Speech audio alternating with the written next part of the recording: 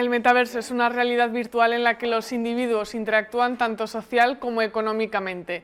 Es una realidad virtual que se parece mucho a la física, o por lo menos eso pretende. Está construida o se está construyendo con imágenes 3D y en realidad virtual precisamente para que se parezca a nuestra realidad física, y además muchos conceptos abstractos de la vida cotidiana se trasladan también a ese espacio virtual o a ese entorno digital.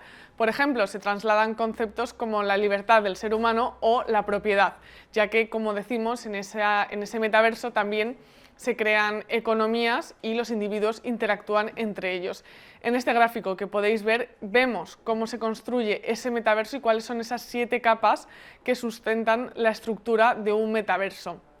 Primero, la capa de la experiencia, esa capa en la que las personas participan, interactúan y viven a través de sentimientos y experiencias, como indica el nombre de la propia capa.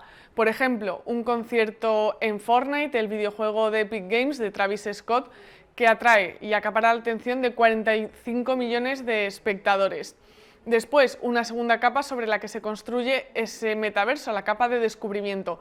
Cómo accedemos directa o indirectamente a ese más allá del universo, a través de anuncios, por ejemplo, a través de lecturas, anuncios, a través de recomendaciones, a través de notificaciones o anuncios en Internet.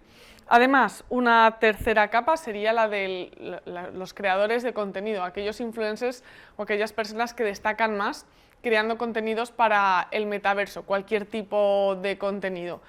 Una capa más sería la de computación espacial, una capa importante porque se refiere a la creación de toda esa realidad virtual, todas esas imágenes que necesitamos, por ejemplo, mapas o los grafismos e imágenes en 3D que comentábamos, especialmente algunos con un nivel de detalle y con un nivel de realismo importante. Una siguiente capa sería la de descentralización.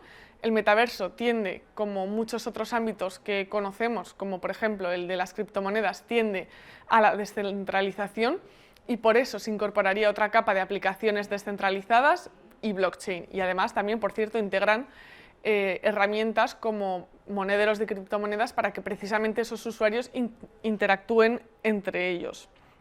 Otra capa ya sería la interfaz, el modo en el que los usuarios acceden al metaverso, y sería a través de hardware, es decir, a través del móvil, a través del ordenador o a través de unas gafas de realidad virtual. Por último, una capa que englobaría todas las demás, la infraestructura, ya sea un software, ya sea capacidad de nubes, sean centros de datos o redes de telecomunicaciones que permitan la entrada a ese metaverso con una conexión a Internet y toda la infraestructura que eso conlleva.